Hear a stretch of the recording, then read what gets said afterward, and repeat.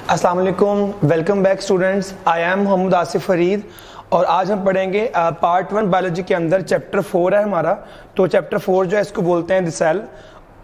जो टॉपिक है हमारा आज का वो लॉन्ग क्वेश्चन है साइटोस्केलेटन का, और साइटोस्केलेटन जो है ये बड़ा आपका अहम लॉन्ग क्वेश्चन है। तो सबसे पहले हम इंट्रो करेंगे कि जो साइटोस्केलेटन है वो है क्या चीज़। तो आपने याद रखना है जो साइटोस्केलेटन है ये एक साइटोप्लाज्म के अंदर जो है वो धागे होते हैं, स्ट्रैंड होते हैं जो ऑर्गेनल्स को एक पोजीशन के अंदर रखेंगे, सारे जो सेल की शेप जो है उसको मेंटेन करेंगे। तो वो जो धागे होते हैं, वो जो स्ट्रैंड होते हैं, हम उनको बोलते हैं कि वो साइटोस्केलेटन है। तो मैंने यहाँ लिखा है जो साइटोसोल है यानी कि जो साइटोप्लाज्म है उसके अंदर इट कंटेन्स साइटोस्केलेटल फैब्रिक। वो धागे होते हैं, साइटोस्केलेटन के धागे होते हैं जिनके अंदर जो स्ट्रैंड्स हैं, जो धागे होते हैं वो 3 तरह के होते हैं। तो मैंने यहाँ लिखा है माइक्रोट्यूब्यूल्स, माइक्रोफिलामेंट्स और इंटरमीडिएट फिलामेंट्स। तो आपने याद रखना है कि जो साइटोस्केलेटन है वो असल में साइटोप्लाज्म के अंदर जो है वो धागों का एक नेटवर्क होता है जो पूरा फैला होता है साइटोप्लाज्म के अंदर। और उसमें जो धागे होते हैं, उसमें जो स्ट्रैंड होते हैं, उसमें जो फैब्रिक होता है, उसमें 3 तरह के आपको धागे मिलते हैं। तो एक को बोलते हैं माइक्रोट्यूब्यूल्स, एक को बोलते हैं माइक्रोफिलामेंट्स और एक को बोलते हैं इंटरमीडिएट फिलामेंट्स। अब हम ये बात करने के बाद जो है वो देखेंगे कि ये जो धागे हैं वो किस चीज से मिलकर बने हैं। तो आपने याद रखना है ये जो फैब्रिक है, ये जो स्ट्रैंड हैं, ये मिलके बने हैं प्रोटीन से। वो प्रोटीन्स कौन सी वाली हैं? तो मैंने यहाँ लिखा है, दिख रहा है आपको कि वो प्रोटीन का नाम है ट्यूबुलिन प्रोटीन है, एक्टिन प्रोटीन है, मायोसिन प्रोटीन है और वो सारी प्रोटीन भी शामिल हैं जो हमारे मसल्स में होती हैं। तो सेकंड ईयर के अंदर जो है पार्ट 2 में हम पढ़ेंगे about the muscle proteins. Muscle जो है वो कैसे कॉन्ट्रैक्शन करेगा, और साथ ही हम पढ़ेंगे उधर ही पढ़ेंगे हम लोग के वो जो मसल है उसके अंदर कौन कौन सी प्रोटीन जो है मिलती हैं। तो आपको और भी नाम सुनने को मिलेंगे। तो आपने याद रखना है कि इन प्रोटीन्स के अलावा, ट्यूबुलिन प्रोटीन के अलावा, एक्टिन प्रोटीन के अलावा या मायोसिन प्रोटीन के अलावा वो प्रोटीन्स होती हैं जो कि आपको मिलती हैं मसल्स के अंदर। तो हम क्या बात कर रहे हैं, आज का जो हमारा टॉपिक है वो है हमारे पास अबाउट द साइटोस्केलेटन। मैंने आपको सिखाया साइटो ज़ाहिर सेल को बोलते हैं, सेल का स्केलेटन, सेल के अंदर जो उसके ऑर्गेनल्स हैं कैसे मेंटेन रहेंगे, कैसे उसकी जो है वो शेप रहेगी, ये हम बात कर रहे थे। तो अगर हम बात करें साइटोस्केलेटन की तो आपने याद रखना है कि जो साइटोस्केलेटन है, जो साइटोस्केलेटन है उसके अंदर जो है वो जो साइटोप्लाज्म है उसके अंदर आपको मिलते हैं धागे, जिसके अंदर माइक्रोट्यूब्यूल्स भी आती हैं, माइक्रोफिलामेंट्स भी आते हैं और इसके अंदर जो है वो इंटरमीडिएट फिलामेंट्स भी आते हैं। फिर आपने बात की कि कौन सी प्रोटीन है जो इन्वॉल्व हैं इन धागों को बनाने के अंदर। तो ये आपने याद रखना है, हमें पता लग गया इस बात का कि वो जो प्रोटीन्स है हमारे पास उनके अंदर आपके पास आते हैं ट्यूबुलिन प्रोटीन, एक्टिन प्रोटीन और ट्रोपोमायोसिन प्रोटीन। जो हमारा नेक्स्ट पार्ट है, अब हमने क्या करना है, अब हमने तीनों जो आपके पास टाइप्स हैं उन तीनों को हमने एक्सप्लेन इलेबोरेट करना है। तो सबसे पहले हम बात करेंगे माइक्रोट्यूब्यूल्स की। तो याद रखिएगा कि जो माइक्रोट्यूब्यूल्स हैं ये लॉन्ग होते हैं, ये धागे जो हैं वो लॉन्ग होते हैं, ब्रांच नहीं होते, ये अनब्रांच हैं और ये सिलेंडर हैं यानी कि एलोंगेटेड हैं, फ्लेक्सिबल हैं। तो ये माइक्रोट्यूब्यूल्स हैं। तो ये जो माइक्रोट्यूब्यूल्स हैं they are long strand, they are unbranch, they are cylinder. और आपने याद रखना है कि जो प्रोटीन माइक्रोट्यूब्यूल्स में होती है उसका नाम है ट्यूबुलिन प्रोटीन। तो ये आपको प्रोटीन का नाम दिख रहा है ट्यूबुलिन प्रोटीन। तो ये आपका मल्टीपल चॉइस भी है कि जो माइक्रोट्यूब्यूल है उसके अंदर जो है कौन सी प्रोटीन होती है। तो आपको आइडिया हो गया कि वो प्रोटीन जो है वो ट्यूबुलिन प्रोटीन है। तो ये जो ट्यूबुलिन प्रोटीन है इस प्रोटीन से मिलके जो है धागे बने होते हैं। अगर हम बात करें कि जो माइक्रोट्यूब्यूल्स हैं इनका फंक्शन क्या है, तो आपको याद होगा आप पढ़ते हैं मैट्रिक के अंदर अबाउट सेल डिवीजन के बारे में। तो आप जानते हैं कि जब सेल डिवाइड करता है, पहली बात तो ये कि जो सेल की डिवीजन है बहुत ही इंपॉर्टेंट है। सेल की डिवीजन जो है वो बहुत लाजमी होती है। हमें वाउंड को हील करना पड़ता है, हमें ग्रोथ में न्यू सेल चाहिए। तो जो सेल डिवीजन है वो अहम क्यों है? क्योंकि हमें ग्रोथ में सेल चाहिए हैं, हमें इसके अलावा जो है वाउंड्स को, जख्मों को हील करने के लिए सेल्स रिक्वायर्ड है। तो मैं कहना चाह रहा हूँ कि सेल डिवीजन जो है वो बहुत ही अहम है और हर ऑर्गेनिज्म के अंदर जो है वो सेल डिवीजन होती है। और आप जानते हैं जैसे हर एवरी 120 डेज के बाद, 3 महीने के बाद जो हमारे रेड ब्लड सेल्स है वो रिन्यू हो रहे होते हैं, ओल्ड मर रहे होते हैं, डिके हो रहा होता है और जो न्यू आरबीसीज हैं वो सेल डिवीजन के जरिए जो है वो बन रहे होते हैं। तो मैं कहना ही चाह रहा हूं कि सेल डिवीजन यानी कि मियोसिस या माइटोसिस, इन दोनों केसेस के अंदर आपको याद होगा कि हमें क्रोमोसोम को मूव करना पड़ता है। तो याद रखने आपने क्रोमोसोम को मूव करने के लिए उनको पकड़ने में, उनको खींचने में, सेपरेट करने में, कॉन्ट्रैक्शन में, तो ये जो माइक्रोट्यूब्यूल्स इन्वॉल्व होते हैं। तो आपको याद होगा वहां पढ़ते हैं अबाउट द स्पिंडल फाइबर्स के जो क्रोमोसोम होते हैं उनको सेपरेट करने के लिए स्पिंडल फाइबर्स वर्क करते हैं। तो वो जो स्पिंडल फाइबर्स हैं वो असल में माइक्रोट्यूब्यूल से मिलकर बनते हैं। तो मैंने यहाँ लिखा है कि जो माइक्रोट्यूब्यूल्स हैं उनका रोल है assembly and disassembly of the chromosome during cell division. तो आपने याद रखना है कि जब भी whenever a cell divides, तो सेल डिवीजन के अंदर है जो स्पिंडल फाइबर्स हैं, जो माइक्रोट्यूब्यूल्स हैं, वही वर्क करते हैं। अगर हम देखें कि इस फंक्शन के अलावा और फंक्शन कौन सा है, तो मैंने यहाँ लिखा है सेवरल सेल ऑर्गेनल्स, बहुत ज़्यादा जो आपके पास ऑर्गेनल्स हैं, जैसे कि आपके पास सीलिया है। आप जानते हैं जो सीलिया होते हैं वो साइज में छोटे होते हैं लेकिन नंबर उनका जो है वो काफ़ी ज़्यादा होता है।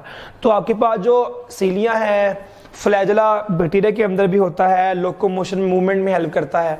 आगे आपको दिख रहा है तो सीलिया है, फ्लैजेला है, बेसल बॉडी है। अब आगे जाके मुझसे पढ़ेंगे बेसल बॉडी के बारे में कि जो बेसल बॉडी है ये वो पॉइंट है जहां से फ्लैजेला जो है वो ओरिजिनेट करता है।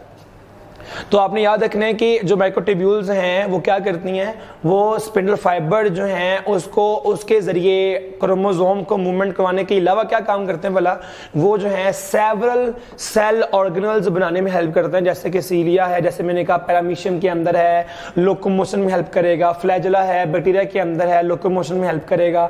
बेसल बॉडी है जो जहां से फ्लैजेला निकलता है। सेंट्रियूल है जो आपके पास सेल डिवीजन में इन्वॉल्व है, यानी कि सेंट्रियूल ही वो ऑर्गेनल है जहां से स्पिंडल फाइबर जो हैं जहां से ओरिजिनेट करते हैं। तो ये हम बात कर रहे थे अबाउट द माइक्रोट्यूब्यूल्स। तो हमने माइक्रोट्यूब्यूल्स में क्या सीखा कि ये लॉन्ग हैं, ये अनब्रांच हैं, सिलेंडर हैं, प्रोटीन का नाम है ट्यूबुलिन प्रोटीन है, और रोल क्या है इनका, असेंबली और डिसअसेंबली ऑफ द क्रोमोसोम्स।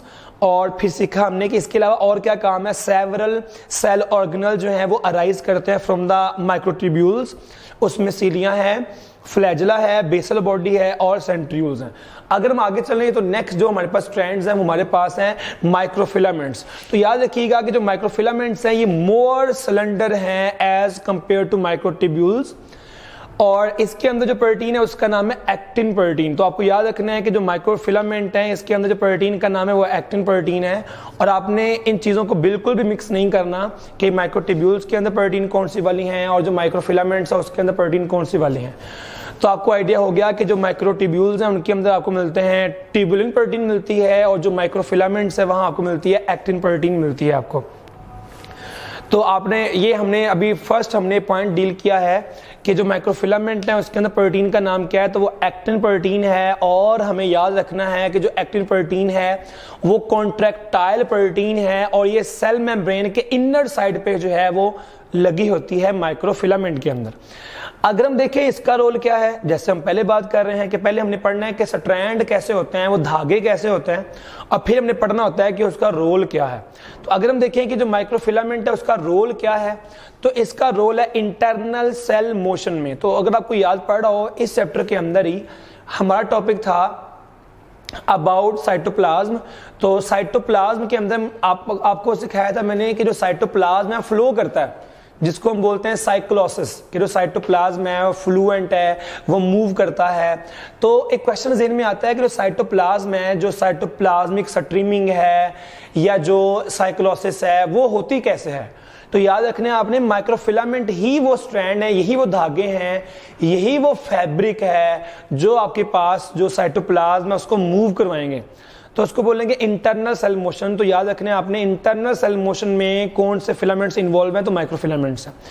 आपका आगे लिखा है मैंने अमीबॉइड मूवमेंट, ये वही चीज है amoeboid movement. Chapter number 7 part 1 के अंदर हम बात करेंगे कि जो अमीबा होता है वो स्यूडोपोडिया से मूव करता है, और वो जो स्यूडोपोडिया होते हैं वो असल में साइटोप्लाज्म जो है उसकी प्रोजेक्शन का नाम है, उसके उभार का नाम है। तो फिंगर लाइक प्रोजेक्शन जो है वो निकलती हैं, तो उनको बोलते हैं स्यूडोपोडिया। और स्यूडोपोडिया जो है उसकी अपनी एक मूवमेंट का एक अपना अंदाज है, तो उसको बोलते हैं अमीबॉइड मूवमेंट। तो अमीबॉइड मूवमेंट से मुराद है स्यूडोपोडिया के जरिए मूवमेंट इन द अमीबा। तो हम बात कर रहे थे माइक्रोफिलामेंट की, हमने सीखा ये मोर सिलेंडर है, made up of contractile actin proteins. फिर हमने सीखा कि जो सेल मेम्ब्रेन है उसके इनर सरफेस पे लगे हैं। फिर आपने बात की कि ये इन्वॉल्व है इंटरनल सेल मोशन में।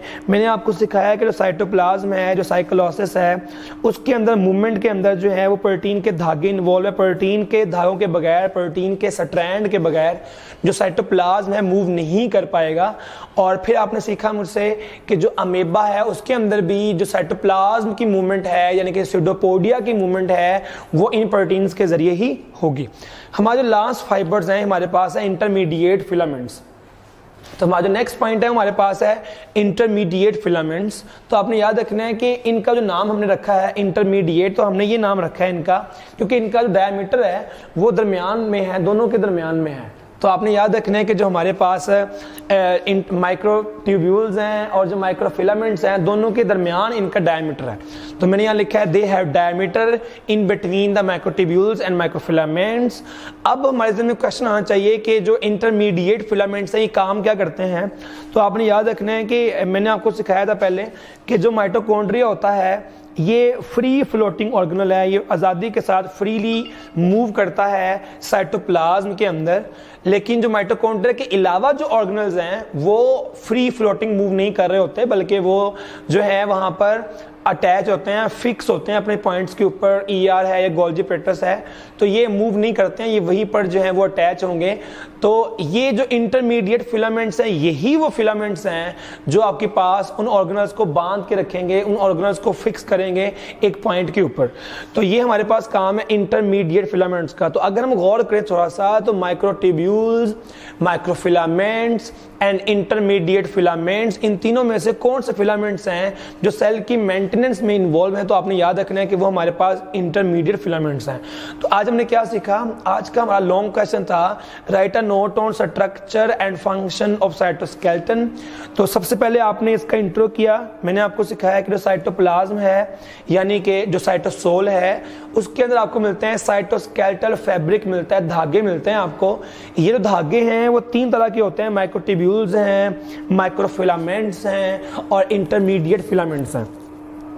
फिर हमने बात की जो स्ट्रैंड है, ये जो धागे होते हैं, इनके अंदर प्रोटीन्स कौन सी हैं। तो मैंने आपको बता दिया कि जो प्रोटीन्स हैं इनके अंदर वो ट्यूबुलिन प्रोटीन है, एक्टिन प्रोटीन है, और फिर हमने यहाँ बात की इसके अंदर जो है मायोसिन प्रोटीन्स हैं। और साथ आपको मैंने ये बताया कि जो प्रोटीन मसल्स के अंदर है वो प्रोटीन्स भी साइटोस्केलेटन में होती हैं। फिर हमने इसके बाद वन बाय वन हर एक फिलामेंट को, ट्यूब्यूल्स को देखा। तो हमने शुरू किया विद द माइक्रोट्यूब्यूल्स जो कि लॉन्ग हैं, अनब्रांच हैं, सिलेंडर हैं, और इनके अंदर जो प्रोटीन है उसका नाम है ट्यूबुलिन प्रोटीन, और इनका रोल है assembly and disassembly of chromosome during cell division. फिर आपने बात की कि बहुत सारे ऐसे ऑर्गेनल्स हैं जो माइक्रोट्यूब्यूल की वजह से बनते हैं, जैसे सीलिया है, फ्लैजेला है, बेसल बॉडी है और सेंट्रियूल्स हैं। और फिर सीखा हमने कि जो माइक्रोफिलामेंट्स हैं वो किस प्रोटीन से मिलकर बनते हैं और क्या रोल है उनका।